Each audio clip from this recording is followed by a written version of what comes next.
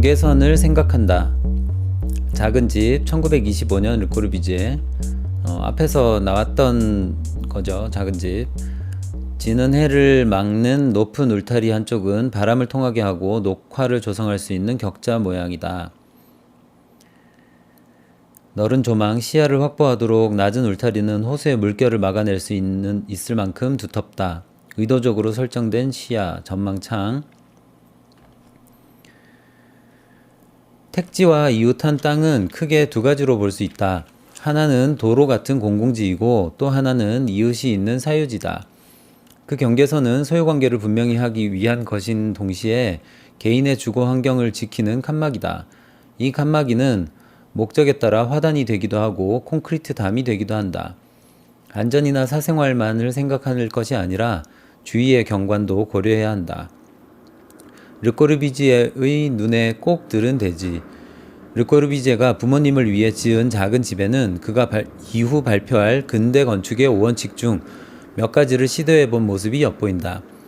리본 윈도우라고 불리는 수평으로 긴 창이나 옥상 정원 등이 그것이다. 그 때문인지 대지가 정해지고 나서 그 대지에 맞는 주택을 설계하는 일반적인 과정 대신 르꼬르비제는 이미 완성된 주택의 설계도에 적합한 대지를 찾아다녔다. 작은 집의 대지에는 아름다운 풍경으로 둘러싸여 있다. 남쪽은 레만 호수와 접하고 호수 너머로는 알프스 아름다운 산들이 펼쳐진다. 오늘날의 고급 리조트 단지가 들어선 뒤쪽 대지는 르꼬르비제가 방문한 1920년 경만 해도 포도밭으로 덮여 있었다. 작은 집은 5종류의 울타리가 지키고 있다. 르꼬르비제의 작은 집에는 배울 것이 얼마든지 있는데 여기서는 집을 둘러싼 울타리에 주목해보자. 단순히 높기만 한 울타리는 주거 환경을 무너뜨린다. 목적에 맞는 형태와 소재를 적절하게 선택해야 한다. 도로와 경계를 이루는 북쪽 울타리는 오가는 자동차의 소음을 막고 통행인의 시선을 차단하는 역할을 한다. 동쪽은 이웃과 경계를 구분하는 울타리다. 반대쪽 서쪽 울타리는 건축과 일체된 높은 벽으로 그 일부는 격자 모양으로 뚫려 있는데 높은 벽은 지는 해를 차단하며 격자 모양은 바람을 통하거나 담재기 덩쿨이 뻗어나가는 데 도움이 된다. 남쪽에는 조망을 위한 낮은 울타리와 전망창이 있는 높은 울타리가 있다. 그래서 이제 이쪽이 호수라서 전망이 되게 좋게 돼 있고요. 그 다음에 여기 벽을 이렇게 낮게 해서 전체적으로 다 보이게 만들었는데 이 부분만 의도적으로 높여서 여기 앉았을 때 이렇게 착용 효과를 볼 수 있는 것들. 그 다음에 이웃은 지금 어떻게 될지 묘사도 돼 있지 않은데 경계선을 조금 높게 잡아서 시야를 차단했고요. 그 다음에 뒤쪽은 포도밭이 있는데 자동차가 어찌됐건 다니는 그런 곳이기 때문에 소음 부분이 문제가 있을 거 아니에요. 그래서 소음과 사생활을 보호를 위해서 전체적으로 다 막아버렸고요. 그 다음에 그러니까 이 집에 전체적으로는 이렇게 확 다 막혀 있고 여기만 뚫려 있다고 가정을 하는 게 제일 맞죠. 그 다음에 여기 또 뚫려 있고. 그러나 이제 이렇게 돼 있으면 이쪽이 남쪽이고 북쪽이고 그 다음에 이쪽이 동쪽인가요? 그 다음에 서쪽이죠. 그래서 서쪽에 깊은 창을 통해서 깊은 햇볕이 들어오기 때문에 이런 것들이 이제 뭐 실내 환경에 별로 좋지는 않잖아요. 그래서 여기는 좀 많이 막는, 그리고 어차피 옆에 또 집이 들어올 수 있으니까, 그래서 그런 디자인들이 일체화되어 있다는 거예요. 그래서 건축과 일체화된 테두리 벽, 여기, 그 다음 옆집하고 그 다음에 자동차 막아주는 높은 벽, 소음과 시선을 차단하고 출입구는 여기다 내었죠. 뭐 마찬가지로 주차장은 지금 없는 것 같아요. 25년이니까 주차장이 그렇게 막 일반적으로 확보되지는 않았다는 게 그때 현상이었고요. 그 다음에 북쪽 도로와 경계를 이루는 울타리에는 강아지 창문이 이렇게 있어서 밑으로 볼 수 있다, 이렇게 돼 있어요. 이거 참 어떻게 보일지 되게 궁금합니다.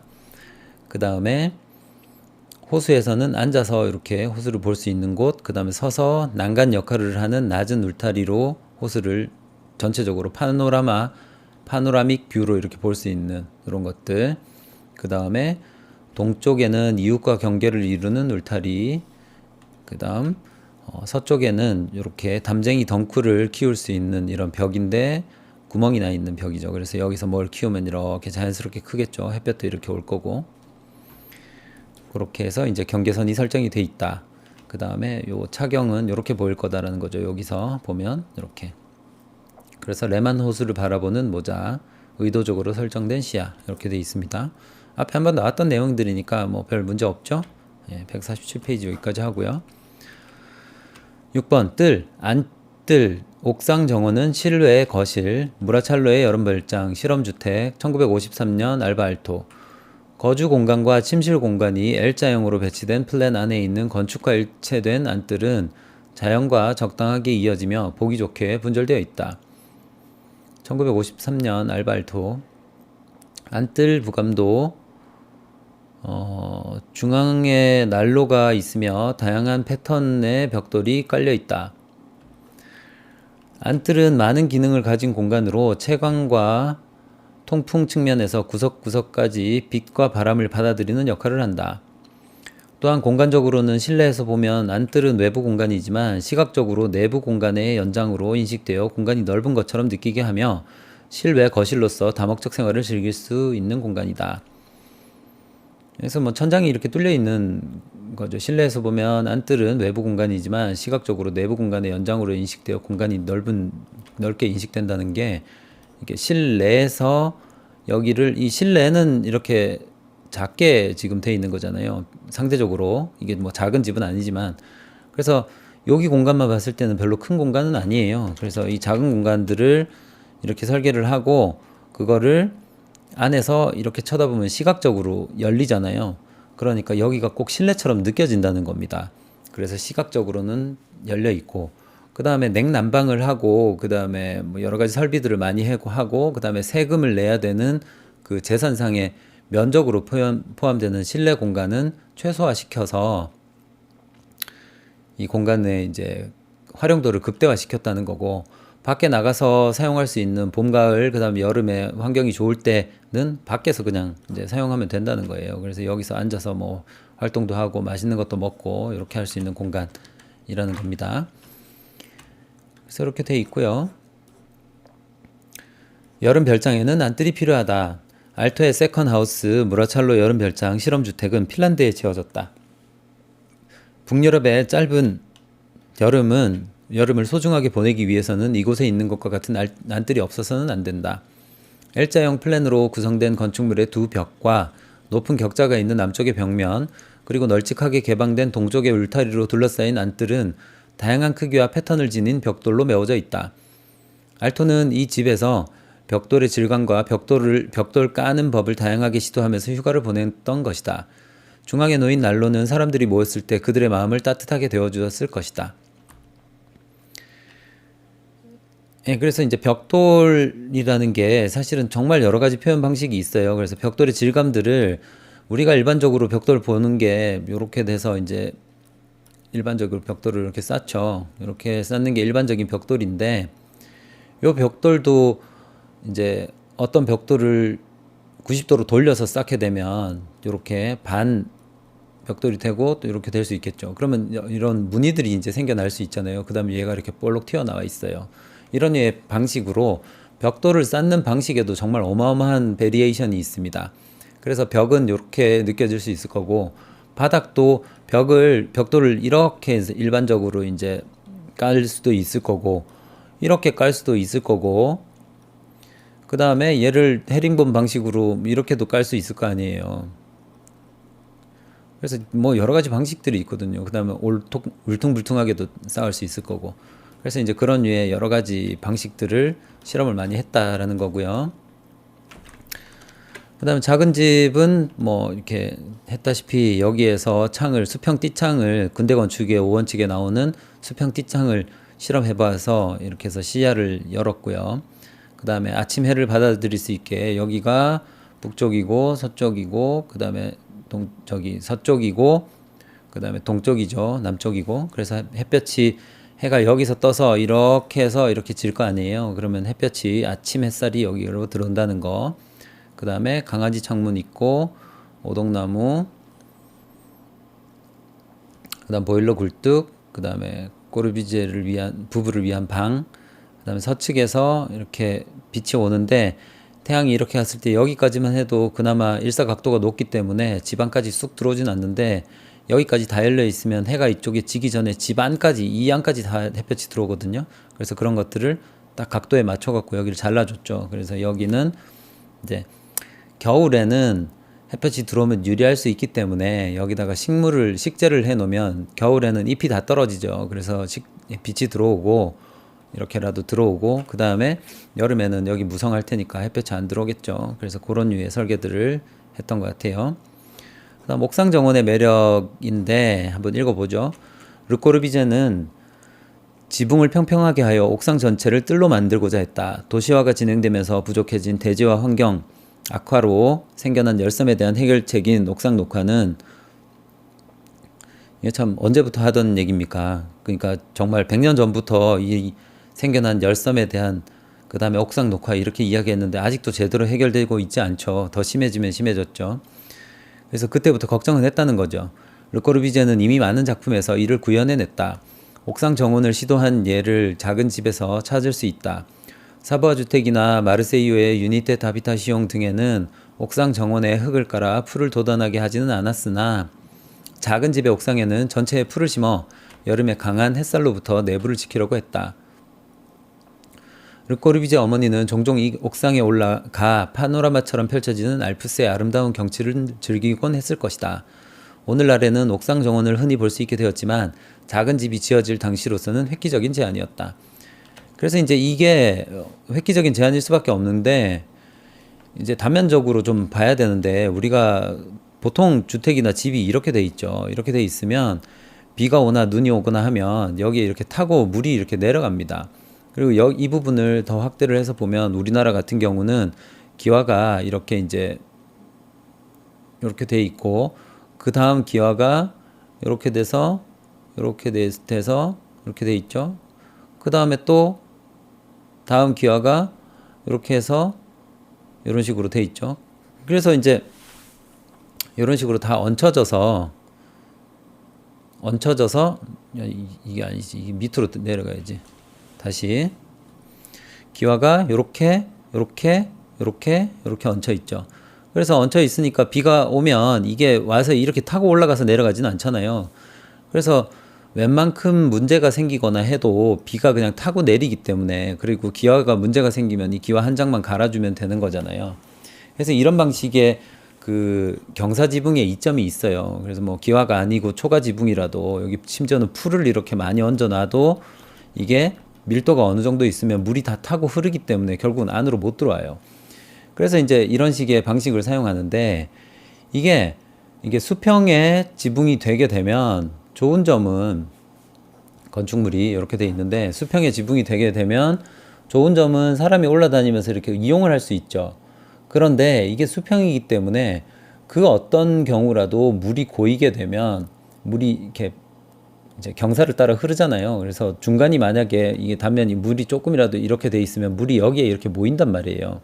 모이면 반드시 문제가 생깁니다. 그래서 여기 크랙이 생겨서 처음엔 크랙이 없죠. 그런데 크랙이 생겨서 조금이라도 물이 이렇게 들어가게 되면 물이 이렇게 똑똑똑 흐르겠죠. 그 다음에 크랙이 없더라도 이렇게 수평 고울 같은 게 생기면 여기에 물이 고입니다. 그래서 얼죠. 그 다음에 다시 녹아요. 그러면 여기에 조금 벌어지겠죠, 사이가. 그러면 여기에 또 물이 들어가고 나서 또 얼고 녹죠. 이렇게. 그래서 틈이 생기면 또 물이 들어가서 얼고 사이를 벌려놓고 녹죠. 그런 식으로 계속 사이가 벌어집니다. 그래서 벌어져서 결국은 크랙이 생깁니다. 그래서 여기를 이제 옥상 방수를 최소한 2년에 한 번씩, 3년에 한 번씩 이렇게 방수를 해줘야 돼요. 그래서 유지보수하는데 그 경사지붕에 비해서는 불리해요.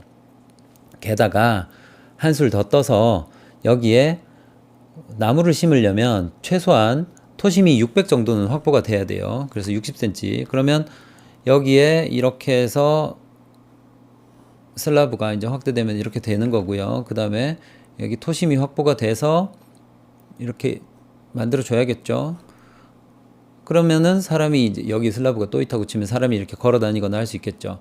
그러면 여기에 나무가 이렇게 심어지고 그 다음에 뿌리가 이제 막 나겠죠.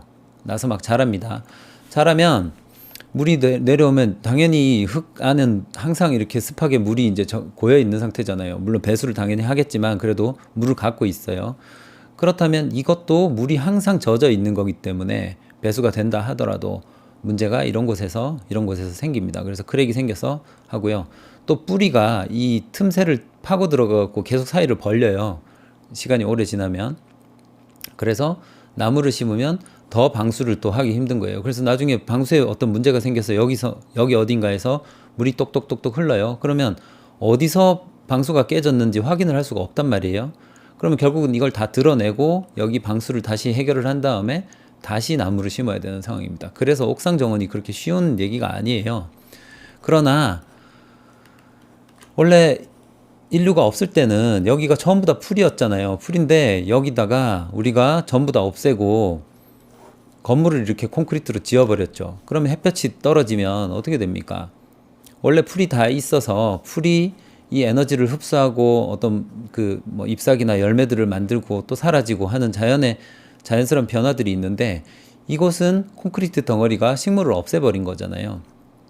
그러니 햇볕이 반사되는 것도 그렇고 여기 흡수되는 것도 그렇고 어찌됐건 녹색 그 식물이 이제 에너지를 활용하는 것하고는 완전 다른 문제가 돼버리는 거죠. 그래서 여기에 자연스럽게 옥상 녹화를 이렇게 해주면 원래 자연 상태랑 같은 상황을 연출하는 거기 때문에 사실은 이걸 해줘야 되는 게 지구를 범지구적으로 봤을 때는 무조건 맞는 거죠. 그러나 방금처럼 이야기했다시피 이 방수 문제라든지 그 다음에 기술적으로 문제들이 많고 그 다음에 당장은 문제가 없어요. 5년, 10년 정도는 문제가 없겠지만 30년, 40년이 지나면 무조건 문제가 생기거든요. 그래서 그런 것들을 걱정하는 사람들은 대부분 다 경사를 그냥 아예 만들어 버리거든요. 그러면 문제가 생기면 여기 있는 제일 싼 부분만 갈아버리면 되니까. 그래서 이제 그런 류의 조금 한계 또는 고민들이 존재하는 거예요. 그렇지만 기본적인 컨셉과 녹화를 해야 된다는 것, 옥상 정원을 해야 된다는 건 기본적으로 꼭 필요한 것이 맞아요. 그래서 이제 그런 것들이 앞으로 어떻게 해결될지, 어떻게 해야 될지 하는 것들이 이제 여러분들의 몫일 수 있겠습니다. 149페이지 했고요. 당시로서는 정말 획기적인 제안인 게 맞아요. 7번 사부아 주택의 옥상은 실외 거실이자 식당. 그래서 빌라 사부아의 이 옥상 정원은 식당이면서 실외 정원이다라는 거고요. 그다음에 천창에서 이렇게 누워서 침대에서 누워서 별을 이렇게 볼 수 있으면 좋겠죠. 그래서 그런 것들을 이렇게 구현을 했고요. 전망창도 있고 그래서 공간 하나하나가 굉장히 이렇게 정성 들여져서 만들어져 있어요. 사부아 주택 부감도 2층의 안뜰에서 경사로를 지나 옥상으로 올라가면 정면에 전망창이 있다. 또한 반원형 벽 2개로 둘러싸인 공간은 바람과 시선을 막아주며 안정감을 준다. 옥상은 단순히 지붕 위가 아니다. 르꼬르비제는 사부아 주택에서 옥상 정원을 이상적인 형태로 구현했다. 2층의 거실에 면한 안뜰에는 실외 거실에 적합한 탁자가 놓였다. 부인실 옆에 지붕이 덮인 반실외 공간과 안뜰, 거실이라는 세 개의 서로 다른 공간에서는 계절에 따라 다양한 생활을 즐길 수 있다. 나아가 안뜰에서 완만한 경사로를 오르면 반원형 벽 2개로 둘러싸인 옥상 정원이 있다. 나무와 풀이 심겨 있고 벽에 뚫린 전망창 앞에 붙박이 탁자를 설치해 흡사 실외식당이나 서재를 떠올리게 한다. 풍요로운 생활이란 단지 시간을 많이 들인다고 얻을 수 있는 것이 아니며 조용히 경치를 바라보면서 지적인 사고를 하는 것도 포함된다. 그것을 가능하게 하는 공간이야말로 진정한 풍요로운 공간이다. 사부아 주택은 실내뿐만 아니라 안뜰과 옥상이라는 외부가 풍요로운 환경이기 때문에 그것을 재현해낼 수 있는 것이다. 재현해낼 수 있는 것이다 같은데요. 오타가 꽤나 있네요. 그래서 천창 요 부분도 뭐 이렇게 설명을 좀 해야 되는 거고 계단실 이렇게 있는데 일단 뭐 이제 본문에서 있는 게 옥상을 이렇게 만들어 놓으면 그냥 옥상이라고 무조건 쓸 수 있는 게 아닙니다. 그래서 이렇게 옥상이 이렇게 돼 있는데 우리나라 양옥집 한동안 이제 그 새마을 운동할 때 많이 지었던 그런 류의 건물들이 대부분 다 이렇게 돼 있죠. 그래서 앞에 입면을 보면 이렇게 돼 있는데 그냥 뻥 뚫어 놨죠. 그래서 뻥 뚫어 놓고 외부에 이렇게 계단을 이렇게 하나 만들어 놨어요. 올라갈 수 있는 거. 그렇다고 여기 올라가서 앉아서 삼겹살을 구워 먹지 않아요, 보통은. 뭐 이렇게 처음에 이사 갔을 때 딱 한 번, 두 번 하고는 다시는 안 하거든요. 그 이유가 여기 올라 앉아 있는데 그렇게 좋지가 않은 거죠. 왜냐하면 여기서 부엌에서 뭔가 준비를 한 다음에 2층으로 다 들고 그릇을 들고 올라가서 뭔가를 한 다음에 또다시 뭐 하고 나서 그걸 다 치워서 이렇게 해야 되고요. 그다음에 요리나 뭐를 하고 있는데 바람이 한번 횡 불면은 막 먼지가 확 날리면서 음식이 다 망가지죠. 그다음 비가 와도 못 하고 여름에 햇볕이 따가워도 못 하고 겨울 밤에 여름 밤에는 그나마 나을 텐데 여름 밤에는 또 모기가 있죠. 그래서 결국은 잘 안 쓰게 됩니다. 그래서 이제 이런 것들의 좀 차이점은 부엌이랑 이런 것들이 좀 연결되어서 나오기가 편하게 돼 있는 거죠. 거실 식당이 이렇게 있는데 여기서 준비를 한 다음에 바로 가서 그냥 먹는 거예요. 그러면 이 실외 공간을 적극적으로 활용할 수 있는 거예요. 물론 겨울이나 여름처럼 완전히 덥거나 추워서 냉난방을 해야 되는 상황에서는 여기를 이용하겠죠. 그러나 여름이나 조금만 틈만 나면 가을이나 조금만 괜찮을 때는 바로바로 나가서 먹을 수 있는 상황입니다. 그래서 이런 류의 계획하고 그냥 2층만 뻥 띄워 놓는 거하고는 다르다는 거예요. 그래서 이제 이런 활용할 수 있는, 정말 활용할 수 있는 옥상 정원. 그 다음에 여기서 경사로를 따라 올라가면 여기는 이렇게 뭔가 조경을 하고 막 이렇게 풀을 키우고 식물을 다듬고 할 수 있는 그런 공간. 그 다음에 앉아서 차를 마실 수 있는 공간. 여기에 음식을 막 이렇게 들고 올라가는 그런 개념이 아니잖아요. 그래서 간단하게 들고 가서 뭔가 즐길 수 있는 공간들이 마련이 돼 있고요. 그 다음에 이 천창들도 지금 뭐 특별히 사용하는 공간은 아니니까 이게 높낮이가 이렇게 불규칙하면 불편하거든요. 여기 막 다닌다면. 근데 그런 공간이 아니고 여기하고 여기만 쓸 수 있게 주로 이렇게 계획이 많이 되어 있는 것 같아요. 그 다음 천창 부분도 저기가 이렇게 올라와 있어야 되는 게 단면을 확대를 하면 천창이 이렇게 이제 설계가 되거든요. 그래서 이제 이렇게 되어 있어야 비가 왔을 때 이제 유리가 이걸 이제 좀 더 크게 이렇게 만들어 놓거나 아니면 경사를 살짝 줘야겠죠. 그래야 비가 오면 이렇게 흘러내리지. 그게 아니고 그냥 이렇게 돼 있고 이렇게 돼서 유리가 여기 박혀 있으면 어떻게 되겠어요? 무조건 문제가 생겨서 이렇게 누수가 생기겠죠. 그러면 이 안쪽에 해놓은 이쁘게 벽지, 도배 이런 것들이 다 망가져서 이렇게 곰팡이가 피고 막 이렇게 망가지겠죠. 여기 밑에 침대가 있겠고. 그래서 이제 이런 류의 것들이 좀 튀어나와 있어요. 여기 하고 그 다음에 이제 옥상 정원은 북향에 전망창이 나 있으며 그 앞에 책상이 놓여 있고 책상 이런 것들이 있어요. 그래서 여기 와서 일하고 싶을 것 같아요. 사바주택 2층 평면도 있고 거실에서 본 안뜰, 거실에서 안뜰을 볼 수 있기 때문에 여기 보면은 꼭 이렇게 마당 그다음에 그 큰 공간이 하늘까지 같이 보이는 큰 공간이 있다는 거는 정말 재미있을 것 같아요. 안뜰에도 붙박이 탁자가 있어 마치 실외 거실 또는 식당 같다. 부인실 옆에 지붕이 덮인 반실의 공간도 햇살과 바람을 막아줌으로써 쾌청하지 않은 날에도 실외 생활을 즐길 수 있다. 그래서 천장이 좀 있으면 비가 와도 여기서 살짝 나와서 이렇게 볼 수 있다는 거죠. 그래서 비가 내리는 걸 보고 있는 게 굉장히 사실은 기분이 좋아요. 빗소리를 듣는 것도 그렇고. 그러면서 이런 다양한 공간이 있음에도 불구하고 바깥에서 봤을 때는 굉장히 깨끗한 이제 느낌들이 있죠. 그래서 서쪽에서 바라본 외관은 이렇게 수평 띠창 이렇게 돼 있습니다. 이게 기둥과 인면이 이제 분리돼 있어서 이런 디자인을 할 수 있었던 거죠.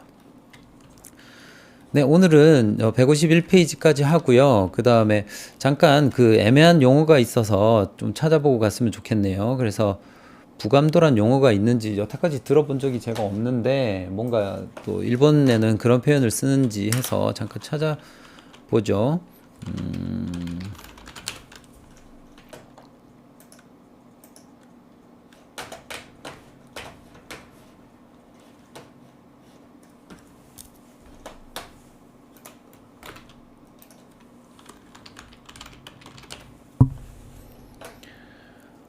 높은 곳에서 내려다본 상태의 그림이나 지도라고 돼 있네요.